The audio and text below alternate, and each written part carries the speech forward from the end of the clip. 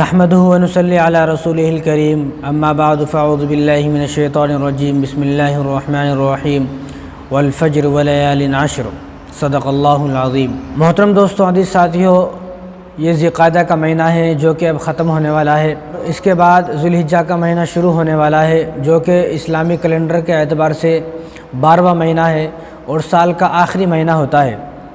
اس کے معنی ہے حج والا مہینہ، یعنی اس مہینے میں حج ہوتا ہے، اسی لیے اس کا نام ذو الحج یعنی حج والا مہینہ ہے۔ ذو الحجہ کے جو پہلے 10 دن ہیں ان کی بہت زیادہ فضیلت ہے۔ ان کی سب سے بڑی فضیلت یہ ہے کہ اللہ تبارک و تعالیٰ نے قرآن کریم میں ارشاد فرمایا کہ والفجر ولیال عشر، فجر کے وقت کی قسم اور ان 10 راتوں کی قسم۔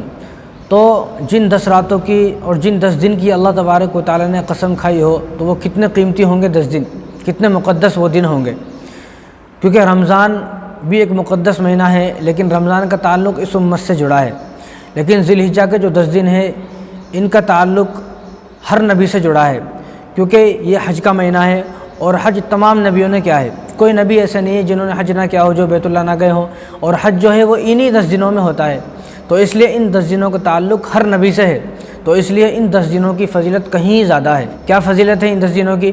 رسول اللہ صلی اللہ علیہ وسلم نے ارشاد فرمایا، یہ ترمذی کی روایت ہے، حضرت عبداللہ بن عباس رضی اللہ تعالیٰ عنہ فرماتے ہیں کہ رسول اللہ صلی اللہ علیہ وسلم نے ارشاد فرمایا، جو یہ ذو الحجہ کے شروع کے 10 دن ہیں، ان 10 دنوں میں کیا ہوا عمل اللہ تبارک و تعالیٰ کو اتنا زیادہ پسند ہے کہ ان 10 دنوں کے علاوہ جو پورے 355 دن ہیں، 365 دن میں سے 10 دن نکالنے کے بعد جو 355 دن ہوتے ہیں، ان 355 دن کا کوئی بھی نیک عمل اللہ تبارک و تعالیٰ کو اتنا پسند نہیں ہے جتنا ان 10 دنوں کا پسند ہے۔ ان 10 دنوں میں جو کوئی آدمی کوئی بھی نیک عمل کرے گا وہ اللہ تبارک و تعالیٰ کو بہت زیادہ محبوب ہے۔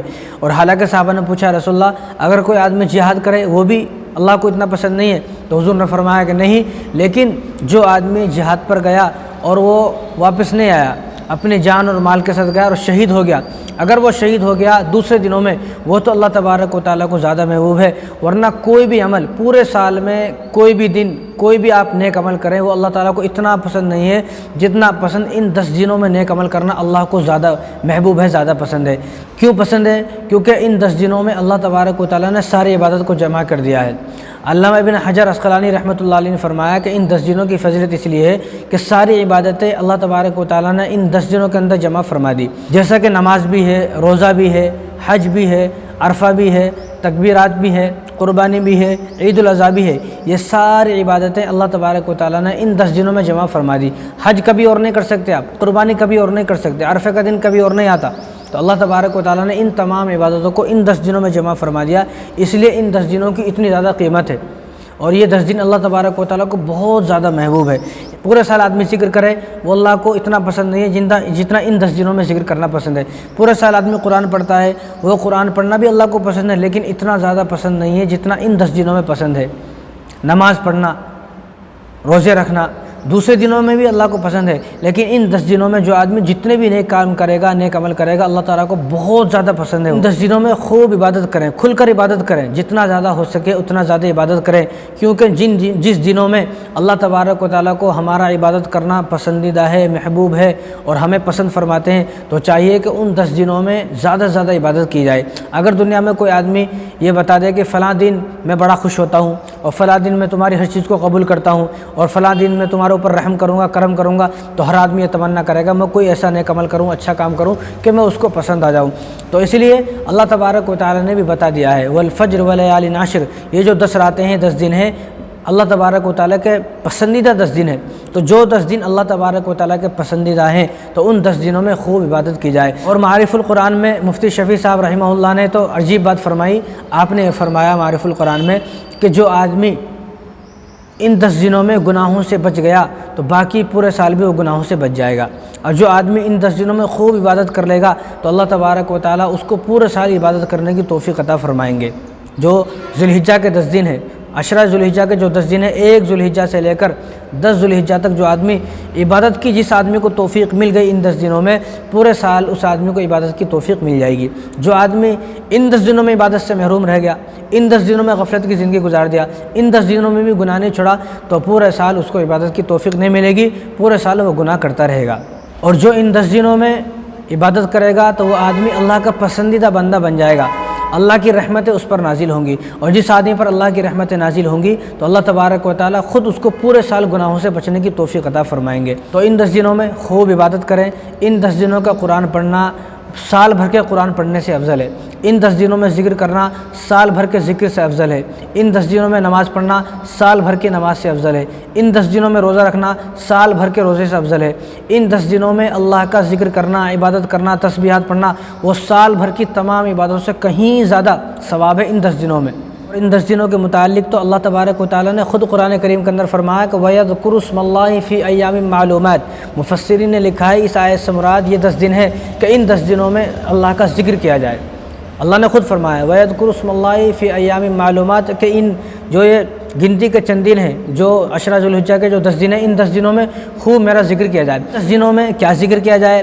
مسند احمد کی روایت ہے، حضرت عبداللہ بن عمر رضی اللہ تعالیٰ عنہ جب ان 10 دنوں میں گلیوں میں جاتے، مارکیٹوں میں جاتے، بازار میں جاتے، اپنے گھر سے جب بھی باہر نکلتے، مدینہ کی گلیوں میں جب مسجد نبوی سے باہر نکلتے تو زور زور سے سبحان اللہ، الحمدللہ، اللہ اکبر، لا الہ الا اللہ یہ پڑھتے آپ۔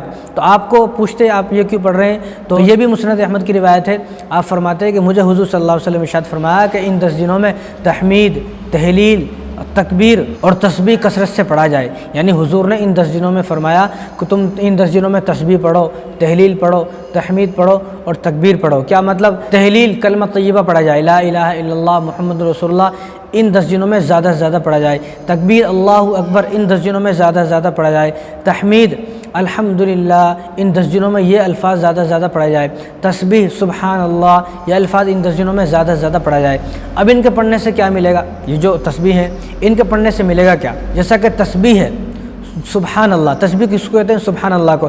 سبحان اللہ اگر کوئی آدمی 100 مرتبہ پڑھتا ہے، ایک دن میں 100 مرتبہ کوئی مشکل کام نہیں ہے، ایک دن میں 100 مرتبہ پڑھنا بہت آسان کام ہے۔ تو ان 10 دنوں میں اس کو پڑھا جائے، یہ مسند احمد کی روایت ہے اور حضور کی نصیحت ہے، حضور کی وصیت ہے کہ ان 10 دنوں میں اس کو پڑھا جائے۔ تو ان 10 دنوں میں کم سے کم اس کو پڑھ لیں تو 100 مرتبہ جو آدمی سبحان اللہ یہ پڑھ لے گا، صرف 100 مرتبہ، اس کو کیا ملے گا؟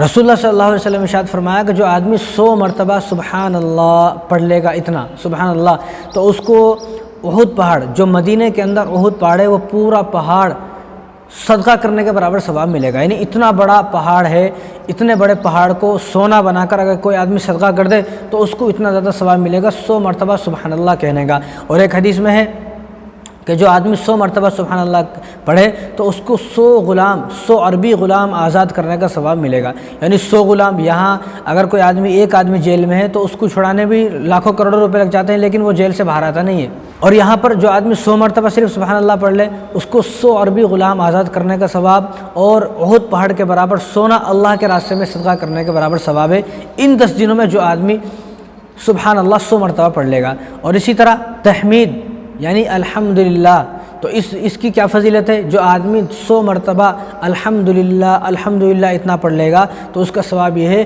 کہ اس نے 100 اونٹ اللہ تبارک و تعالیٰ کے راستے میں قربانی کے لیے دے دیے، 100 اونٹوں کی قربانی کر دی، 100 اونٹ قربان کر دیے، 100 اونٹ اللہ کے راستے میں دے دیے۔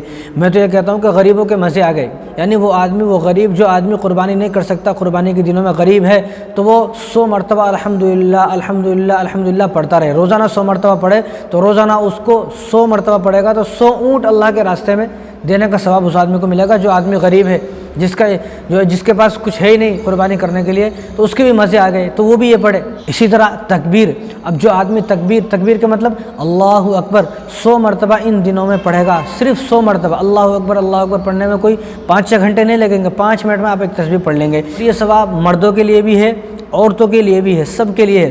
تو جو آدمی 100 مرتبہ اللہ اکبر پڑھے گا تو اس کو یہ ثواب ہے کہ 100 گھوڑے ماں ساز و سامان کے اللہ کے راستے میں دے دیے۔ جہاد کے لیے اللہ کے راستے میں ساز و سامان کے ساتھ 100 گھوڑے دے دینا یہ کوئی آسان کام نہیں ہے۔ اب تو یہ حالات ہیں کہ کوئی آدمی کسی کو ایک وقت کا کھانا نہیں کھلا سکتا، ایک دن کا راشن نہیں دلا سکتا، لیکن جو آدمی اللہ اکبر 100 مرتبہ پڑھے گا تو 100 گھوڑے ماں ساز و سامان کے اللہ کے راستے میں دینے کے برابر ثواب ہے۔ بتاؤ کتنا زیادہ ثواب ہے۔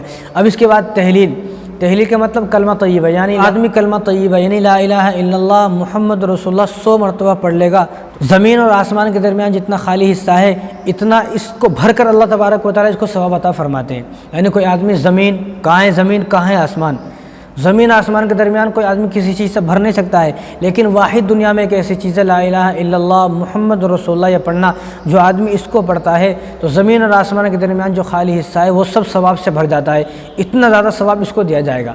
تو میں تو یہ کہتا ہوں کہ غریب آدمی کے مزے آ گئے، غریب آدمی سبحان اللہ پڑھے، الحمدللہ پڑھے، اللہ اکبر پڑھے، لا الہ الا اللہ محمد رسول اللہ پڑھے، اور غریب آدمی ان 10 دنوں میں روزے رکھے، تو غریب آدمی کو تو مزے آ گئے۔ یعنی ہر آدمی کو کرنا چاہیے، لیکن وہ آدمی جو قربانی نہیں کر سکتا اس کے تو مزے آ گئے، اس کو تو چاہیے کہ میں قربانی نہیں کر سکتا، میں یہ کام کروں، تو کھل کر یہ کام کرے۔